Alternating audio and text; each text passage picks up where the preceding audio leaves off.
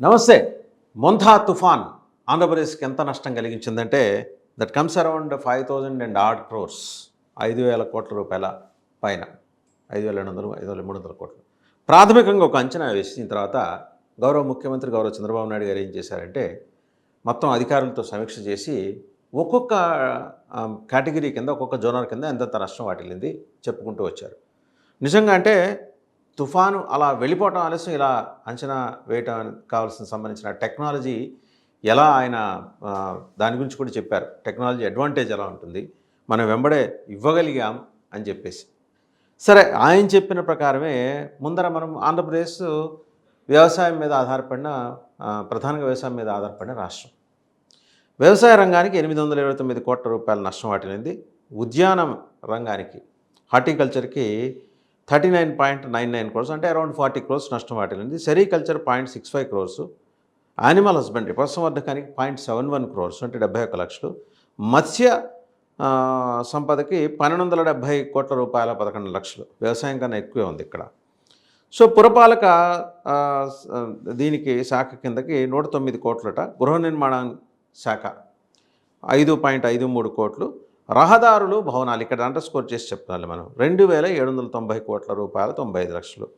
ఉన్నోటన్నింటిలో ఇదే ఎక్కువ ఉందన్నమాట. జలవనరులకి 207 కోట్ల 99 లక్షలు. గ్రామీణ రక్షిత నీరుకి 1.26 క్రోర్స్ ఏట నష్టం వాటిల్లింది. వాస్తవంగా ఎక్కువ నష్టం వాటింది దీనికి. ఇలా ప్రొటెక్టెడ్ డ్రింకింగ్ వాటర్ లేకనే గ్రామ ప్రాంతాల్లో, ఏజెన్సీ ప్రాంతాల్లో పిల్లలు లేకపోతే చాలామంది డయేరియా బారిన పడుతున్నారు, జాండీస్ బారిన పడుతున్నారు. పంచాయతీరాజ్ శాఖకి 8 కోట్ల 70 లక్షలు, విద్యుత్ శాఖకి 15 కోట్ల 89 లక్షలు. సరే, స్త్రీ శిశు సంక్షేమం గురించి కూడా దట్ కమ్స్ అరౌండ్ 4 క్రోర్స్ అది మెన్షన్ చేశారు. ఇక్కడ ఏంటంటే చెప్పుకోవాల్సింది, ఒకసారి ఇంతకుముందు ప్రభుత్వం దగ్గరికి వెళ్ళాం. రైతులకు ఉచిత బీమా ఇచ్చారు జగన్మోహన్ రెడ్డి గారు. మనం రాగానే దాన్ని ఎత్తేసాం. ఒకవేళ క్రాప్ ఇన్సూరెన్స్ కనుక వాళ్ళకి ఉండుంటే their loss might have been minimised. అది చాలా లాస్ తక్కువకి వచ్చేది. నష్టం ఉంది, కానీ ఆ నష్టం ఇన్సూరెన్స్ కనుక ఉండుంటే వాళ్ళకి కొంత ఊపిరి పీల్చుకునే అవకాశం దొరికేది. ఇక్కడ లేదు, ఇన్సూరెన్స్ మనం ఎత్తేసాం కదా.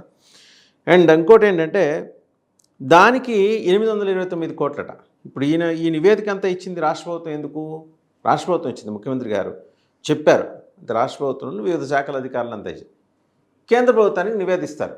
ఆయన అక్కడ 2 ఇంజన్లు, ఇక్కడ 2 ఇంజన్లు, మొత్తం ఏంటంటే వాళ్ళు మాట్లాడుకొని ఆ రోజే ఆయన చెప్పారు. మొంతా తుఫాన్ వచ్చిన రోజే ప్రధానమంత్రి మోడీ గారు ఫోన్ చేసి, బాబు గారు మీరు వరి కామాకండి, మేము ఉన్నాం. సో ఆ భరోసా ఆయనకి. 829 కోట్ల రూపాయల నష్టం ఏంటండి? ఒకసారి మనం ఎంత పంట నష్టపోయింది లెక్కేయాలిగా, ప్యాడీ ఎలా పోయిందో చూడాలిగా. బాపట్ల మొదలు శ్రీకాకుళం దాకా చూస్తే మొత్తం పోయింది ప్యాడీ. అండ్ ఉల్లి, టమోటా, ఇవాళ అది సమస్య 4-5 నెలలుగా మనం చూస్తున్నాం. రోడ్ల మీద తీసుకొచ్చి పారేస్తున్నారు. ఇప్పుడు ఇంకా కష్టంగా అయిపోయింది వాళ్ళ పరిస్థితి. వేరుశనగ పోయింది. మరి ఏంటి దీనికి మీరు వేసిన నష్టం 829 కోట్ల రూపాయలు. అండ్ రహదారులు, భవనాలు, రోడ్లు డివాస్టేషన్. నేను మళ్ళీ చెప్తున్నాను, తుఫాను బీభత్సంగా ఉంది కాబట్టి రోడ్లు బాగా దెబ్బతిన్నాయి. కానీ మీరేసిన లెక్కకు ముందే రోడ్లు బాగా దెబ్బతిని ఉన్నాయి కదా. మరి అది ఇది కలిపి దీంట్లో లాగేశారా అని విజ్ఞులు అడుగుతున్నారు. అంటే ఆ లెక్కలు తెలిసిన వాళ్ళు, రోడ్లు భవనాల శాఖకు సంబంధించి సమగ్రమైన సమాచారం అధ్యయనం చేసినవాడు, సమాచారం అధ్యయనం వాళ్ళు అడిగేది ఏంటంటే ఇది 2,790 కోట్లు గవర్నమెంట్ ఆఫ్ ఇండియా నుంచి తెప్పించేసి దీనికి ఖర్చు పెడతారు. మరి రైతుల కష్టం మీకు కనిపించట్లేదు? 829 కోట్ల వ్యవసాయ రంగం నష్టపోయింది, రైతులు నష్టపోయింది. చేతి దాకా వచ్చి, పొట్ట దాకా వచ్చి పోయిన తర్వాత ఆ వరిని చూసి వాళ్ళు కన్నీళ్ళు పెట్టుకుంటున్నారు. ప్రకృతి ఊరేస్తే సాయపడాల్సిన ప్రభుత్వం దాన్ని జస్ట్ తక్కువగా చూపించేసి మన ప్రయారిటీకి వచ్చేప్పటికి 2,790 కోట్ల ముందు రోడ్లు వేసేద్దామని. మరి మీరు 15 నెలలు వేసిన రోడ్డు ఏమని? జగన్మోహన్ రెడ్డి అలాగే వేయలేదు. మీరు అంటారు కదా, జగన్మోహన్ రెడ్డి దుంపరాశం చేసి పెట్టాడు, రోడ్లు వేయలేదు, పట్టించుకోలేదు. మరి 15 నెలల్లో వేసింది ఏమైంది? అసలు వేయలేదా? మరమ్మతులు చేపట్టలేదా? Complete restructuring of the roads centimetre కూడా కదలలేదా?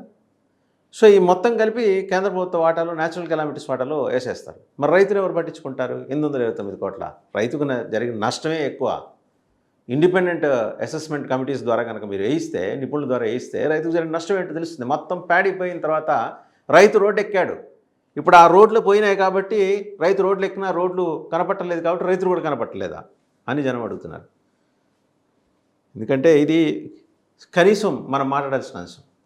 ఎలా మిస్ అయ్యాం? క్రాప్ ఇన్సూరెన్స్ ఎందుకు తీసాం? వచ్చిన నష్టం ఏంటి? అంటే జగన్మోహన్ రెడ్డి పెట్టాడు మనం తీసేయాలి. ఇది గవర్నెన్సా అని అడుగుతున్నారు.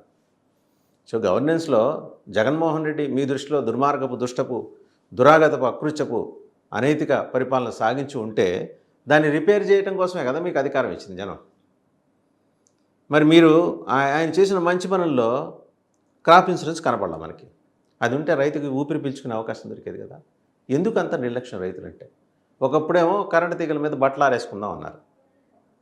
ఇవాళేమో తుఫాన్ వస్తే 829 కోట్లు సింహభాగం మీరు తీసుకెళ్ళి రోడ్ల మీద ఖర్చు పెట్టాలనుకుంటున్నారు. మీ బడ్జెట్లో రోడ్లు, భవనాలకు ఎంత కేటాయించారు? రాష్ట్ర బడ్జెట్లో వ్యవసాయానికి ఎంత కేటాయించారు? ఎందుకు వ్యవసాయం మీద దృష్టి పెట్టట్లేదు? ఇన్పుట్ సబ్సిడీ గురించి ఎందుకు మాట్లాడట్లా? పంట పోయింది, ఇంకో పంట వేసుకోవడానికి కలిగియాలి, ఎందుకు మాట్లాడట్లా? అండ్ మార్కెట్ ఇంటర్వెన్షన్ ఎందుకు ఉంటుందా? వీటి మీద ఎందుకు మాట్లాడట్లేదు? జగన్మోహన్ రెడ్డి ప్రజలతో కలిసి వచ్చి ఆందోళన చేస్తే అప్పుడు హఠాత్తుగా నిద్రలేసి కండువా భుజం మీద వేసుకొని గట్టిగా దులిపి భుజం మీద వేసుకొని రచ్చబండ మీద కూర్చొని రైతుల సంక్షేమం కోసం మేము కట్టుబడి ఉన్నామని చెప్పేసి నడుము కూడా ఒక ఇది కట్టుకొని నడుముకి, సో మీకు మించి నడుము కట్టుకునే వాళ్ళు ఎవరు లేరని చెప్పిన మీరు ఇవాళ రైతు కోసం రైతులకి జరిగిన వ్యవసాయ రంగానికి జరిగిన నష్టం 829 కోట్ల రూపాయలకి తేల్చేశారంటే వాట్ డస్ ఇట్ మీన్? మీకు అనుకూల కథనాలు అయితే వచ్చేస్తాయి. అంటే ఎంత టెక్నాలజీని అద్భుతంగా వాడేసిన గౌరవ ప్రభుత్వం వారు, గౌరవ సర్కారు వారు వాడేసిన తర్వాత ఒక్కరోజు వ్యవధిలో ఇలా వెళ్ళిందో లేదో మొంత, తీరం దాటిందో లేదో లెక్కలతో సహా మనం తీసుకొచ్చే టెక్నాలజీ మీరు సమకూర్చుకున్నందుకు నిజంగా మీకు అప్రిసియేషన్స్, అభినందనలు. But at the same time జరిగిన నష్టాన్ని తప్పుగా చూపించడం అనేది ఎంతవరకు సబ్? రైతులు వాళ్ళు ఏ పార్టీ వాళ్ళైనా వాళ్ళు రైతులు. ఎవరైనా ఇవాళ రాష్ట్రంలో ఒక ముద్ద అన్నం తింటున్నామంటే వాళ్ళు పెట్టింది. We must be thankful and grateful to. భూదేవికి అంత రుణపడి ఉంటాం, రైతుకి అంత రుణపడి ఉంటాం. అలాంటి రైతు పట్ల మీరు చూపిస్తున్న వివక్ష ఏంటి? ఇది ఇవాళది కాదు.